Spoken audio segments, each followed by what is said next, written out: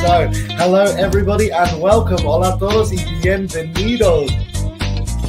First of all, my name is Maritza. Yo soy Teacher Chris con Open English.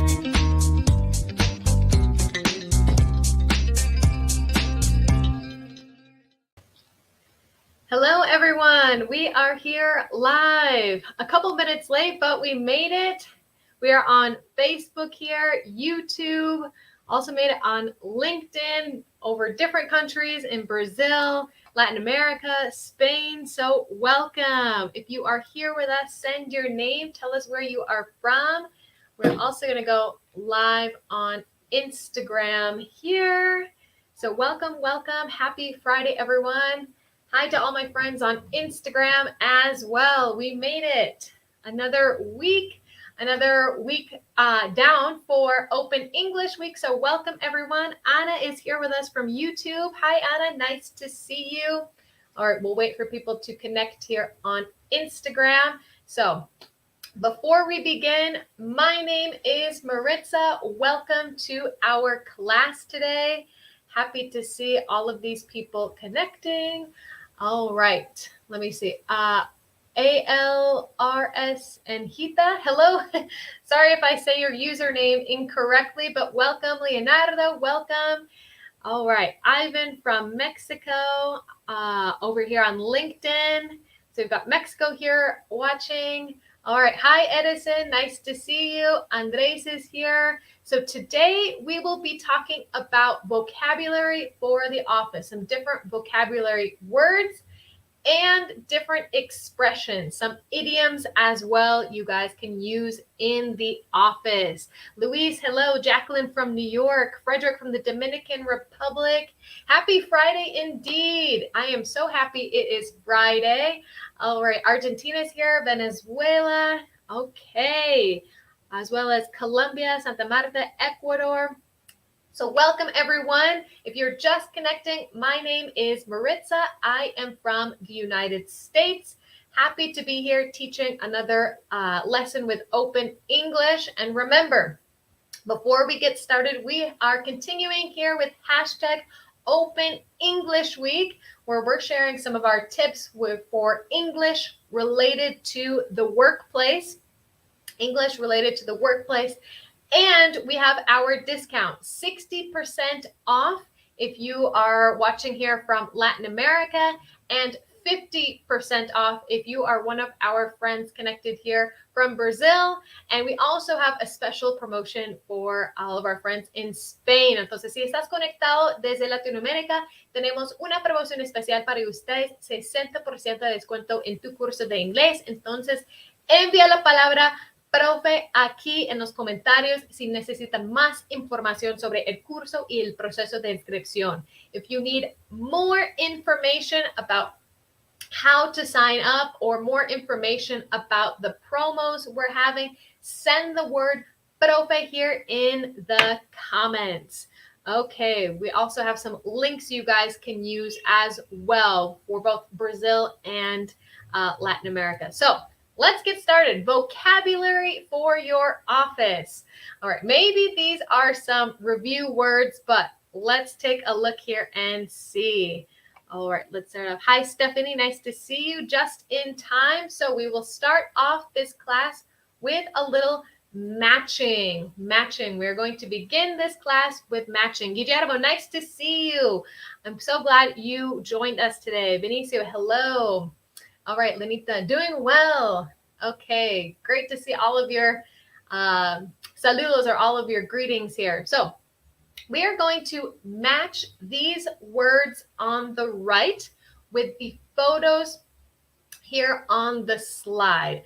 Okay, so match the words here on the right with the photos in the slide. So we have printer. What picture shows a printer? With printer, filing cabinet.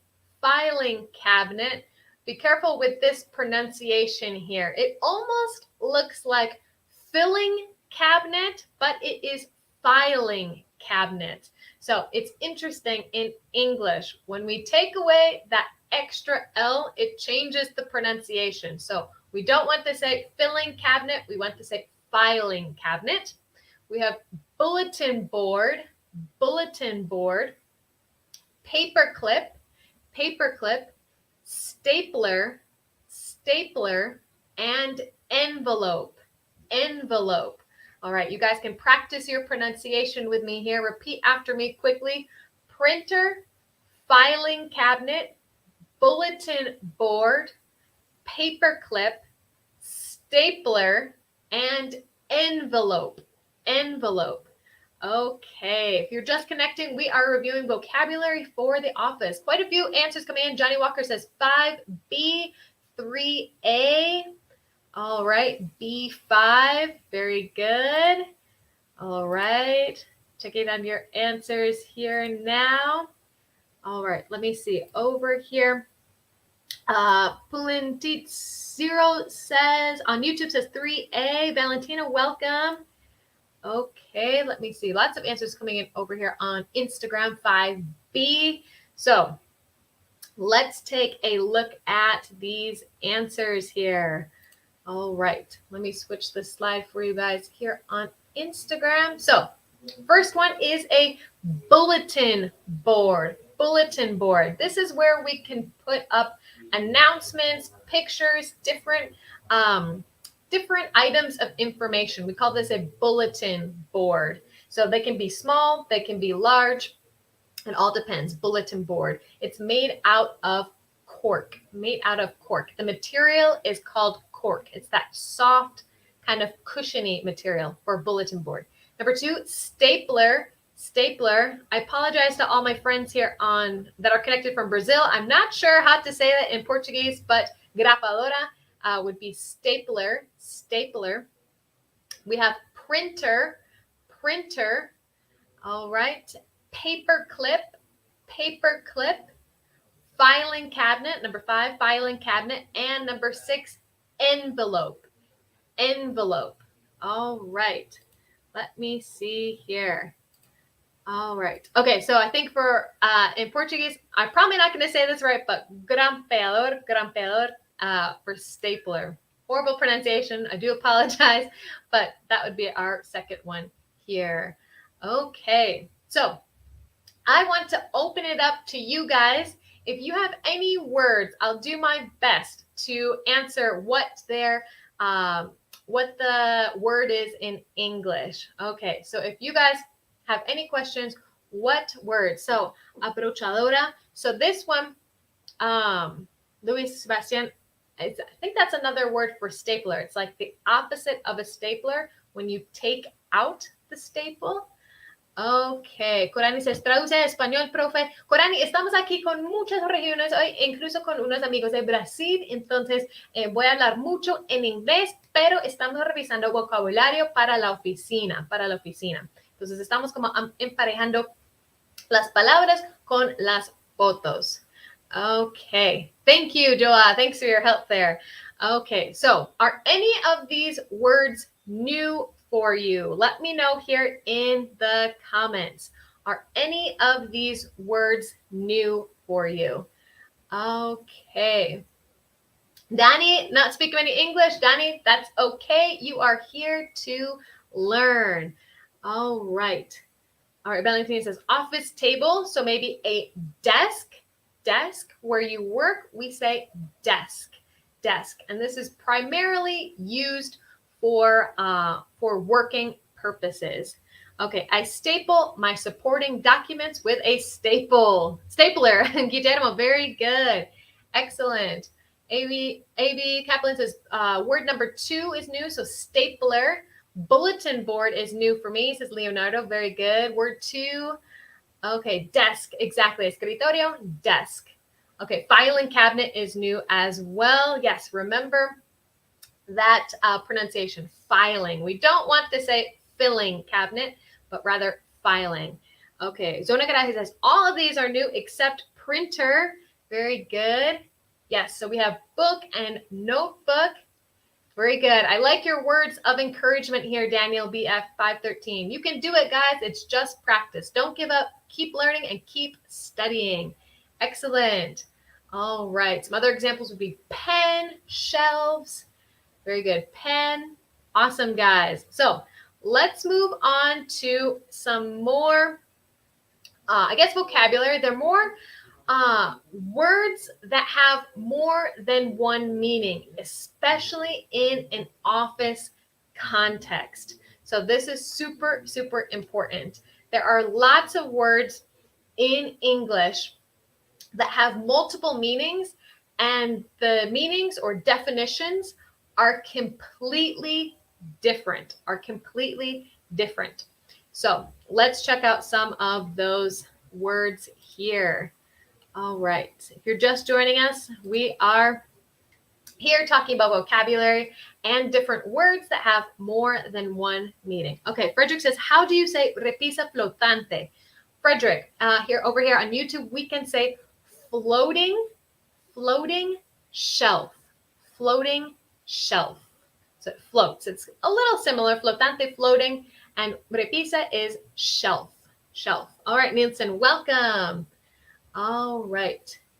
Let me see. Te pregunté algo, quiero saber cómo llegar a sabes cuáles son los paquetes de curso. Ronaldo, si quieres más información, puedes enviar la palabra profe aquí en los comentarios. Remember, if you need more information about the course, the different packets we offer, different courses we offer, send the word profe here in the comments. Okay, let me see. Yes, exactly. Very good. Floating shelf.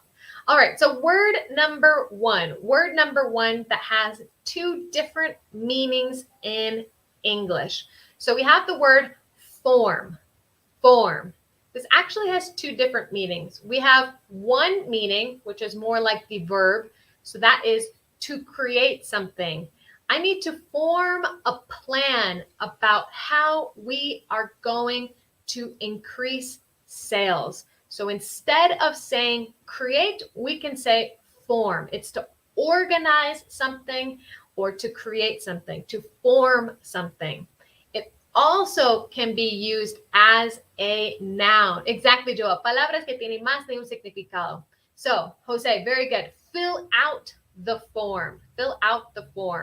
So this would be if you need to complete an official document with information. We also use the word form. Okay, number two, uniform. Okay, this actually has two different meanings as well. So we can say uniform, which are the clothes you wear to a job. Maybe you are a doctor and your uniform is a lab coat. That is your uniform, the clothes you have to wear to a job. However, we can also use this more as an adjective. Okay, so Zona Garaje says, yes, cuestionario would be like a form. Yes, great question. Yes, Guillermo, very good. We wear a uniform to represent our company. Uniform also has another meaning, and that means when everything looks the same. So an example would be, I need all of these papers, all of these piles of papers. So piles is when we have multiple pieces of paper on top of each other. I need all of these piles to look uniform. So remember, we can use this in different contexts, when everything looks the same, or to talk about clothes you need to wear at your job.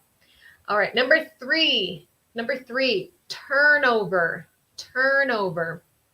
So I can use this as a verb. So I'm going to turn over my notebook.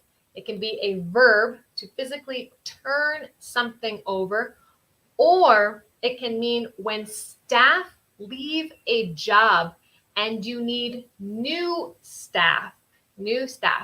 Okay, Joa, exactly. Very good example using uniform there, explaining how to use it. All right, I appreciate your help here with everyone who's translating to Spanish in the comments on Instagram. It's a little difficult. We have so many different regions connected, but thanks for your help. All right, so turnover is to turn something over like this, from one side to another. Or when people leave a job, and you need to hire new people, we call that turnover. We call that turnover. And our last one that has different meanings for the same, a word with different meanings for the same word would be minutes. Minutes. So we can use this as a unit of time. In 5 minutes, I will go to the meeting. Minutes. 5 minutes, I will go to the meeting. All right. And our second definition would be to take notes. To take notes of what happens in a meeting. Okay, so exactly the same as we use it in Spanish. Very good. So yes, it's very similar. Has different meanings. So we're taking notes of what is happening. Okay, or we can say, wait a minute. Very good. So keep sending your examples using these. Send your examples of using these words in different contexts. All right, let me see. In some minutes, the conference is going to be transmitted. Very good, Guillermo. Excellent example. Okay, let me see. I saw some more examples up here. Okay, let me see. No puedo entrar, tú me puedes guiar. Quiero aprovechar esas clases. Okay. Nene Menlo 10, we have these classes here on Instagram and Facebook and YouTube and LinkedIn every day. So connect and you can listen to me speak and look at the slides here. Okay, London Trader says turnover can mean revenue as well. So it has yet another meaning. Okay, in Spanish it would be like la minuta de la reunión. Very good. Excellent. All right, wait a minute. Great examples, everyone. So I need this to look uniform. I need to wash my uniform. I need to form a plan. I need to fill out the form. So it can be a lot of different meanings for these words, but here are just a few. Very good, Lenita. Fill in the form. So to move on here as well, I want to show you guys here. You guys know I love sharing idioms. So if you're new here, remember we have some expressions in English called idioms. Idioms. These are expressions that are really common to use if you're a native English speaker. And the important thing to remember about idioms is that they are not literal translations. They are not literal translations. Oh, looks like we've got some comments here about turn over the page. Yes, Bazurka, that is correct. A correct example. Can you turn over the page so I can read the other side? Minutes as seconds, meaning our notes. Yes, Julie Rojas, the minutes are the notes you take. Okay, great questions here. Helmet and gloves are part of my job's uniform. Andres, excellent. So, idioms, remember, they are creative expressions. They are not literal. It is not recommended to try to translate these expressions word for word. So let's look at some idioms here. So this one is really common. You'll probably hear it in an office or in conversation, and that is when someone says a no-brainer, a no-brainer. So this doesn't mean that someone is without a brain. So remember, these aren't supposed to be translated literally. No-brainer means that when something is very obviously beneficial. So you do something without thinking. To do something without thinking is to have something be a no-brainer. No-brainer. So for example, creating the new manual was a no-brainer. So we can use this to describe, to say, it was so obvious. We had to do it. We had to do it. Pérez, explica esas frases en español, porfa. Bueno, voy a explicar muy rápido porque tenemos algunas personas aquí que no hablan español, pero no-brainer significa que cuando alguien es muy obvio que tiene como algún beneficio, eso es un no-brainer. Es como hacer algo sin pensar porque uno sabe que va a beneficiar otra persona o otra empresa o el negocio. So, creating the new manual was a no-brainer. Okay, no hay ni que pensarlo. Okay, this benefit is a no-brainer when everyone gets profited. Okay, very good. Our number 2, our second phrase, heads up. Heads up. I use this phrase all the time. And this phrase is to say that you're going to give notice to someone, para dar como notificación a alguien. So heads up would be to give notice. So, for example, you could say, can you give me a heads up when you are done? Can you give me a heads up when you are done? Can you let me know? It's another way to say, let me know, or please notify me. It's a really casual, common way. Or I want to give you a heads up. Heads up. Graciela, ¿cómo se escribe? It's in the column under the expression, heads up.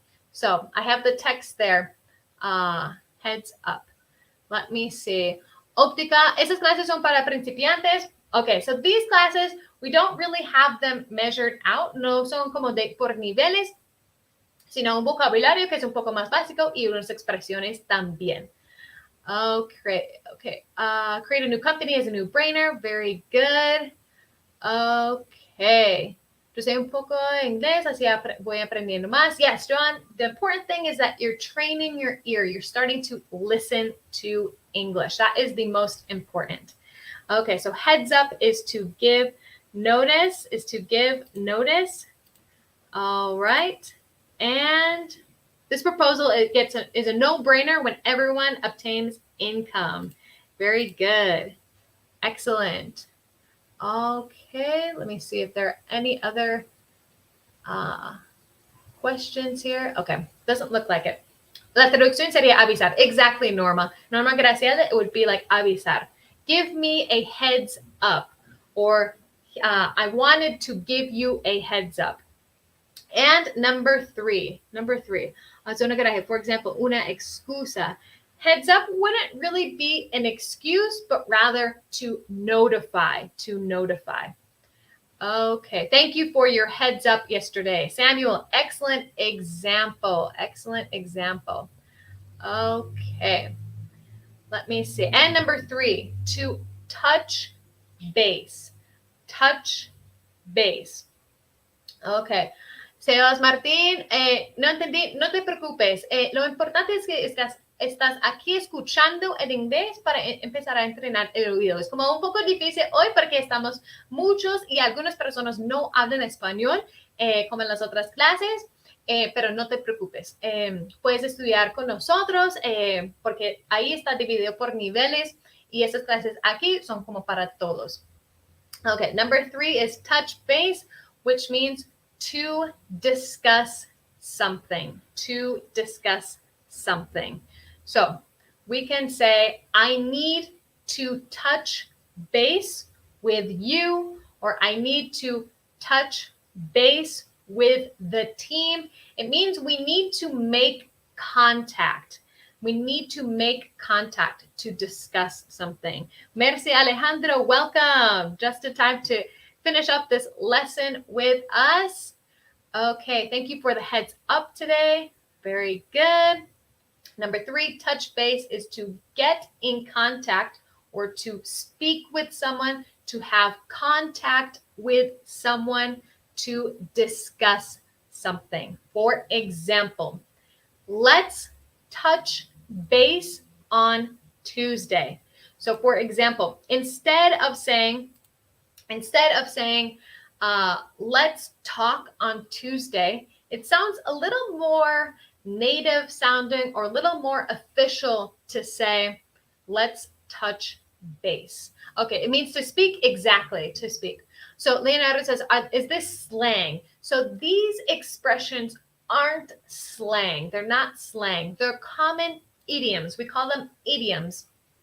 The difference between an idiom and slang in English is that a slang phrases or words are usually used by a certain age group of people, and it's really informal language, and it's constantly changing. So slang is more for your friends, maybe if you're young. Idioms can be used at any time by anyone in any setting. So I could use these idioms with my boss, but I shouldn't use slang with my boss, for example. Okay, let me see. Exactly, Lenita. Very good. I have to touch base with him tomorrow. Perfect. Marlene says, I need to touch base about the situation with you. Okay, let me see here. Okay, Joanny91, quiero aprender. Si quieres aprender, envía la palabra profe aquí en los comentarios. Okay, Oscar Javi, no es en vivo. Yes, Oscar, we are here live.